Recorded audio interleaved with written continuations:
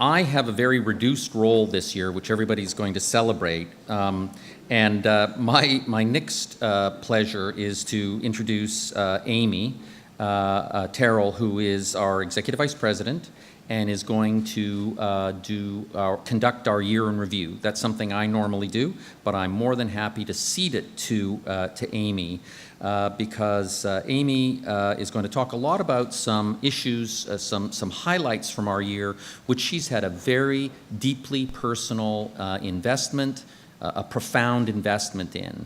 Amy, when she joined us from the Ontario Chamber of Commerce, really afforded our organization the opportunity to reinvent ourselves. And that reinvention would have been impossible but for the skill set that Amy brought. And I'm sure some of you are familiar with her background in the Chamber of Commerce movement. But Chambers of Commerce, and I'm involved as a volunteer in the Chamber of Commerce movement, but I never actually worked in it. But through my involvement, I've seen just what Chambers of Commerce can bring to the table and what they teach us. They teach us how communities can work together. They act as conveners, pathfinders. They assist folks from very diverse groups in coming together and speaking with a shared voice, which is kind of what Music Canada has always aspired to be. And she had that depth of knowledge and understanding from her many years in the chamber movement, which brought that to the benefit of all of us in this room. So in this past 2 years, Amy has become a world-leading subject matter expert in the concept of music cities. And you probably all picked up a copy of Now magazine at some point this week and saw on the cover what makes a music city, and that was terrific to see that. A little negative, but nonetheless great to see that. Very organic, happened on its own, nobody spoke to us, and that is consistent with what we're starting to see right around the world. Yes, Nashville called themselves a music city, but the theory of a music city, what it means to be a music city, the advantages of a music city, that research, that was done here in Canada, and it's creating this ripple right around the world, and it's been taken up and embraced in a whole range of forums, and Amy's going to talk about that. She's a great communicator, you're going to see that. She's a great writer, and just from my perspective, people who can write, they're growing fewer and far between, so having a great writer on staff is fantastic. She wrote the Mastering of a Music City. She wrote our Chamber Toolkit. She's got a subtle and complex mind, and it's my pleasure to bring her up to the stage.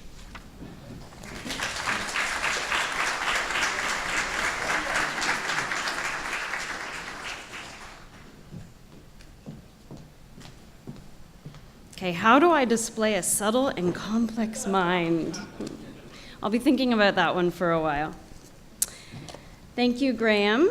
And hello, everybody. Welcome. So glad to see you all. Thanks for coming to join us today at Revival. The last time I was at Revival, it was with a few of my colleagues at the Unison fundraiser organized by Resound. We had a great time. And there was some amazing talent here in the room that night, and I encourage all of you to come next year when I'm sure that the event will be mounted again. So looking for a theme for today's remarks, I was casting my subtle and complex mind back on the last 12 months at Music Canada. And one thing that jumped out for me as consistent in the work that we've been doing is best practice. So over the past years, we've identified best practices, we've met them, and we've shared them. And so that's the theme of my remarks today. So we'll start with the one that Graham's already alluded to, and that's music cities. And it's certainly one of the most frequent topics about which I speak as well. We're going to have a few maps that come up. So Adrian, I'll just give you a signal, right? Yeah, okay. So, and we'll move on to the next slide. As you all know, our Mastering of the Music City report chronicles best practices in close to about 30 cities around the world, and we've plotted them on the next slide of our map. Oh yeah, you can see them. It's maybe hard to see them, isn't it? Anyway, we tried to capture cities around the globe as best as we could. Since the release of the report, we've shared those best practices directly and in person, helping cities and regions across Canada, but as well around the world, see how they can follow our roadmap in how to build a vibrant music economy. And if we slip to the next screen, we've tried to, in a very, as it turns out, kind of small way, layer those on the map. But these are places that Graham and I have been since June 2015, when we launched the Mastering of a Music City report at MIDEM. We've been working with municipal and music industry leaders in these cities to help them chart a path. We also know that the report is being used in many other cities. Some reach out to us, let us know that they've discovered the report, or it's been sent to them, they've heard about it at events. They're using our infographic, which was a very complex task to produce, but one that even the music director in Austin has it blown up on his wall. So considering that Austin was one of the first cities that we looked at, it's very gratifying to know that the work has had that kind of impact.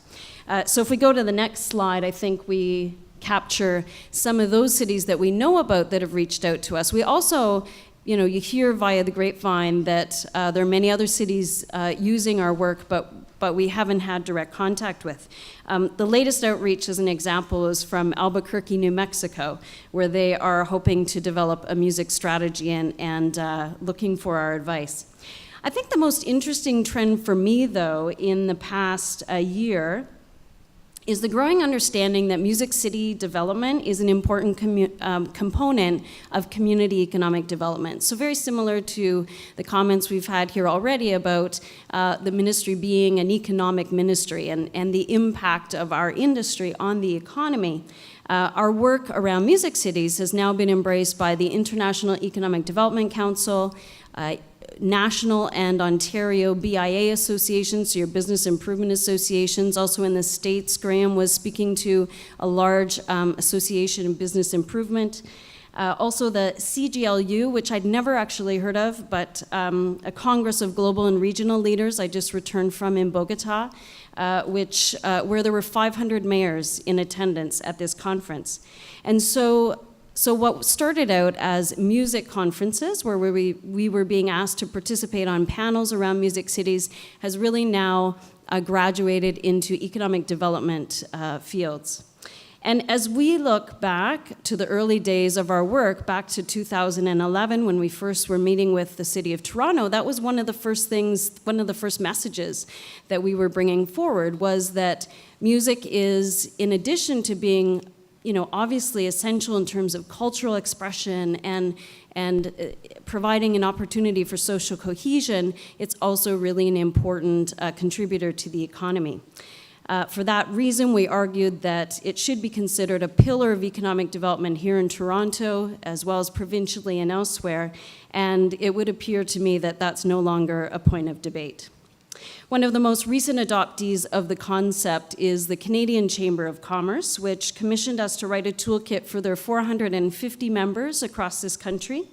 Many of you will know, as Graham mentioned, we both have a background in the Chamber of Commerce movement, and so this was a really great fit.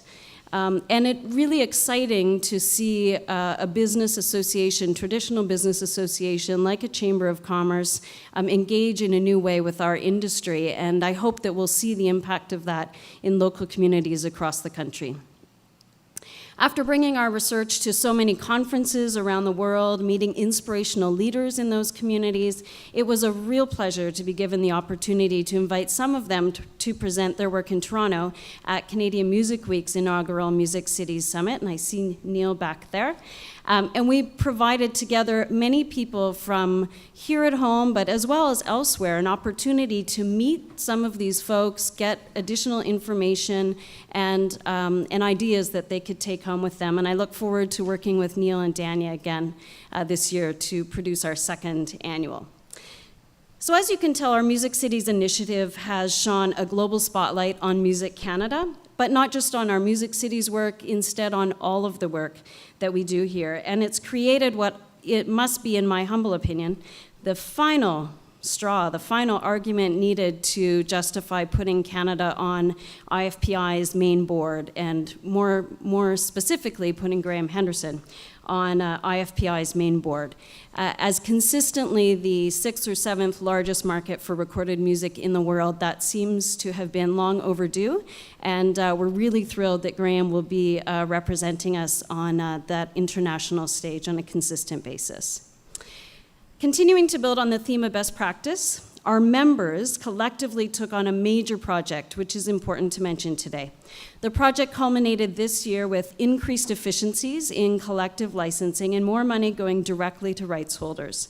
This stems from an announcement many of you will have seen, which was made by Connect Music Licensing and Resound Music Licensing in June, that Connect's 2,700 members would receive neighboring rights and private copying royalties directly. The result is accelerated and additional royalty distributions. Part of the process also involved data improvements, which have had the spin-off benefit of more money faster for performer groups who are members of Resound as well. And just 2 weeks ago, these improvements were lauded at a gathering of the international community in London, where now Canada is looked at as providing a gold standard in this area. 2016 also marked the year that Canada joined its international counterparts in counting streaming towards digital single awards in our gold and platinum program, which has been around since 1975.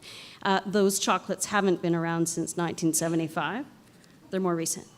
It's just one more way that we are meeting global standards and evolving to a changing music environment.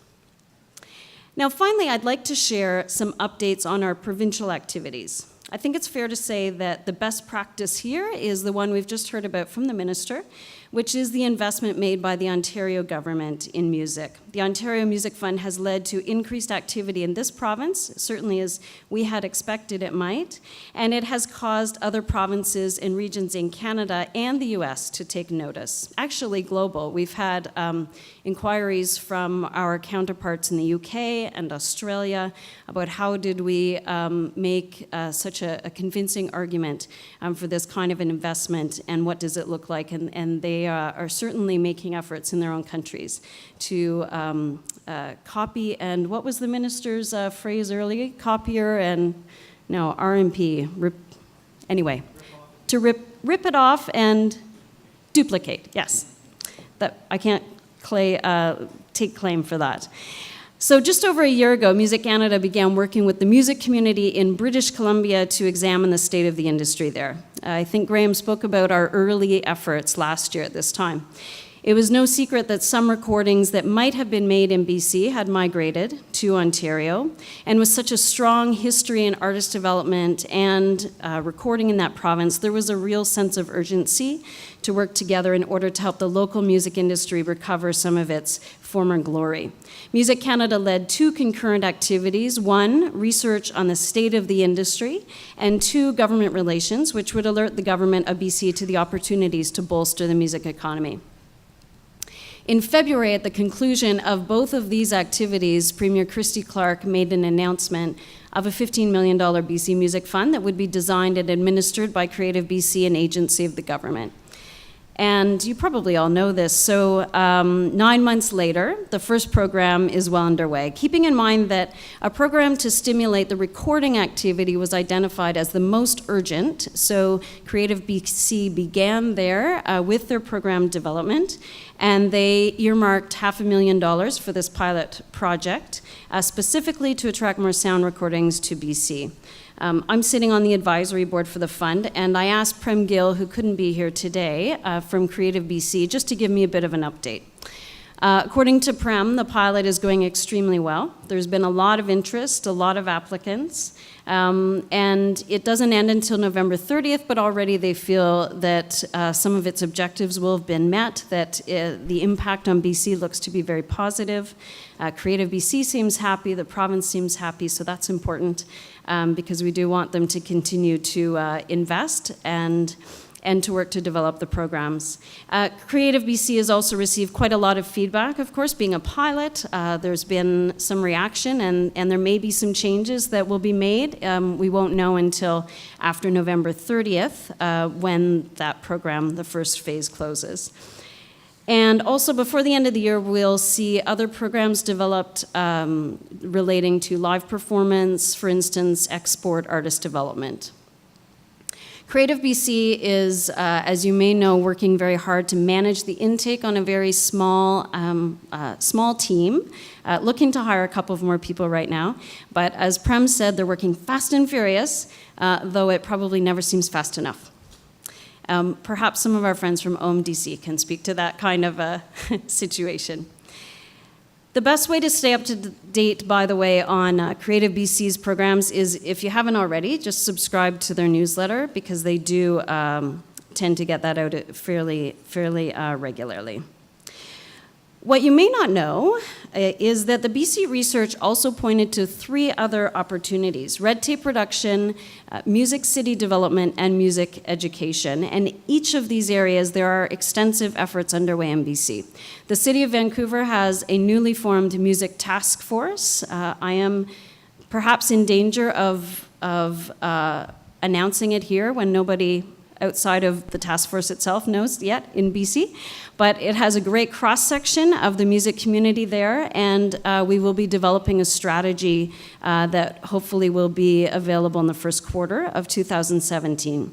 The provincial government has also embraced the feedback on red tape as part of its liquor licensing review, and we can expect to hear the results of this actually later this week. And the government of BC expects to release a music education strategy early in the new year. Music Canada is proud to continue to work on each one of these independent efforts. Across the Rockies, activities continue in Alberta, where just 8 months ago, many of us attended the highly successful Juno Awards in Calgary. Thank you to Alan and his team. Alberta is reaping the benefits of an historic investment in music infrastructure in this country. The National Music Centre opened on July 1st, and it's a centre of education, celebration, and performance, and we can expect it will create many best practice for years to come. But the NMC is not the only groundbreaking music activity taking place in Alberta. The Alberta Music Cities Initiative has taken a bit of a, it's been the quieter side of the Alberta activity, AMCI we call it. It's a partnership between the National Music Centre, Alberta Music, the Scotland Foundation, and Music Canada. And we recently hired 2 great strategists to lead the project. One of them, Matt Masters, has sent us a video update on the work of AMCI. Hi there, my name is Matt Masters, and I am a Calgary-based country and western singer, event producer, festival director, policy consultant, one-time Juno Cup goal scorer, as well as a married dad of 2, almost 3 kids, and today I'm happy to introduce myself to you as the new program leader of the Alberta Music Cities Initiative. Now, along with my colleague, Senior Strategy Advisor, Dr. Terrill, we will be the operational staff for the AMCI. Now, the goal of our initiative is to create an economic profile of our province and our provincial industry. We know that by demonstrating the economic significance of the music industry, will assist in positioning music and music tourism as key areas for future investment for growth and economic diversification. Now, to date, we've had fundraising success in securing our operational funding for the next 2 years from the Canada Cultural Investment Fund, the Scotland Foundation, and a variety of other funders. And our steering committee is made up of a number of people I'm sure you'll know: Amy Terrill from Music Canada, Andrew Mosker and Adam Fox from the National Music Centre in Calgary, Chris Winters of Alberta Music, Paul Lessard from the Scotland Foundation, and Graham Lessard from the Scotland Foundation and the Banff Centre. Now, we're currently working on assembling an inventory of live music venues in Alberta, both traditional and non-traditional ones. And in that respect, we've had some early wins locating some excellent partner organizations who can assist us in facilitating our data collection and also provide web-based infrastructure. Of course, for us, the importance of live music in Alberta and in our economy here in Alberta is very big. And so we feel that a venue map is a great place, a great launching pad to get the word out about our initiative. As the leader of this initiative, for me, it's one of my goals to make sure that we run an inclusive operation, opening doors for Alberta musicians, organizations, and businesses alike. We'll be releasing a status update later this month detailing our strategic approach to launching and communicating our initiative. And in the meantime, we'll be continuing to consult and engage folks all around Western Canada and around the world. At present, I'm raising awareness at events and conferences and industry events throughout Alberta, and in time, we'll be extending that beyond our borders. You'll start to see me at events and Music City summits and conferences in Ontario, across the country, and internationally as well. Thanks very much for your time. We look forward to chatting with you, and please do get in touch with comments, suggestions, or tips. I know how important it's going to be that we build on the past successes of our neighbor organizations, and I look forward to meeting you all and working with you in the future. Thank you. Here we go. So if you see Matt, you can say you saw him here first, or unless you already know. Finally, we'll make our way to the East Coast, where Music Canada is working with East Coast Music Awards, all of the provincial music industry associations there, and Music Canada Live to create the foundation for an Atlantic music strategy. We're tapping into best practice from Ontario, obviously, from BC, music cities around the world, all to enhance the profound roots of music in Atlantic Canada. And we hope to release a blueprint for what would be their first comprehensive regional strategy. Andy McLean of the ECMA has sent us this video update from Halifax. Hello everybody, how you doing? It's Andy McLean from Halifax, Nova Scotia. That would be on the east coast of Canada. I hope you're having a fantastic AGM. Amy asked me if I would send this video update about our very exciting new partnership between the ECMA and Music Canada that started this year. So it is my great pleasure to do so. Just over 2 years ago, I did move out to the East Coast to take on the executive director position for the ECMA. And that was based a lot on my knowledge of East Coast talent. I've always enjoyed working with East Coast bands, and I have not been disappointed by the incredible amount of talent that's here across all genres in every way. However, it was pretty disturbing to find out just the lack of infrastructure that existed here, to the point that so much of the talent feels that they have to leave Atlantic Canada.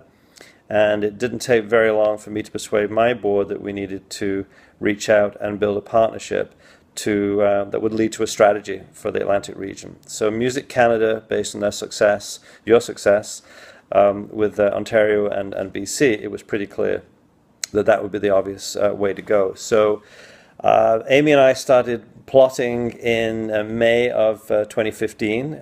We had a conversation, and I was so impressed with the appetite to get involved to help the Atlantic region that we kept on talking, and also brought in Music Canada Live to be involved. So by March of 2016, this year, we had an agreement in place and some funding from both Music Canada and Music Canada Live to help put together the prerequisites for a sector profile study, a SWOT analysis of the Atlantic region.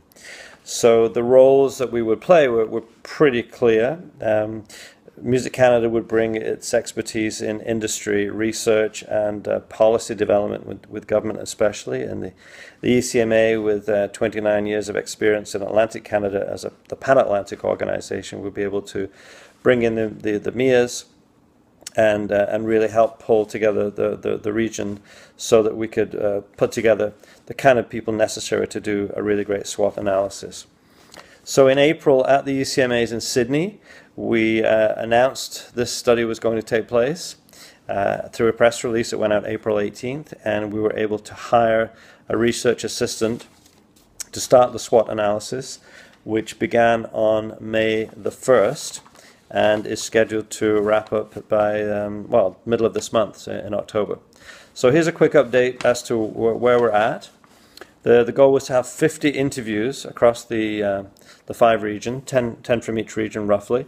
At the moment, 44 have been completed, Over 2,500 minutes of interview have been recorded and transcribed. 7 have come from Cape Breton, 5 from Prince Edward Island, 13 from Nova Scotia, 9 from Newfoundland and Labrador, 10 from New Brunswick, and 9 interviews are remaining. We're holding those to see how the balance will play out. Also, in terms of Francophone involvement, with New Brunswick being fully bilingual, we made sure that we had really good voices from both the Francophone and the Anglophone communities there. The interviewees have ranged everything from emerging artists to international touring artists, established managers, community presenters, music educators, government, the music industry associations, venue owners, festival owners, regional presenters, and so on and so on. So I think we've had a really good cross-section of the study. We've done 2 follow-up in-person assessment follow-up meetings and looking for themes and starting to work through how the results are coming back in. And the report now is taking form and is in a basic structure that will continue to be developed. And the goal is to have this finalized by the late fall of 2016. Which I think is absolutely possible. So we're very excited that this will develop into a reality. What happens next? I guess that's when all the fun really starts in terms of government relations. So I look forward to your expertise on that one. But the fact we've been through this process has been incredibly beneficial to the Atlantic region already. It's really helped people pull together to work collaboratively. So thank you for your support. Thank you for your encouragement and expertise. And I really look forward to working with Amy and everyone on the Music Canada team to bring this home. And let's see what happens in the future. Meanwhile, enjoy your AGM and hey, come out to the East Coast sometime. It's pretty great out here. Okay, cheers. Bye. Well, that's my last video clip. You can see it took 3 of me and my 2 friends to replace Graham. So that's kind of a wrap of the provincial updates. Of course, Music Canada continues to work diligently on federal issues, and with the federal cultural policy review underway and copyright review expected to begin in 2017, there's much work to be done. However, I have saved this topic for our next agenda item, and to move us into the panel discussion, please welcome Steve Kane, President of Warner Music Canada.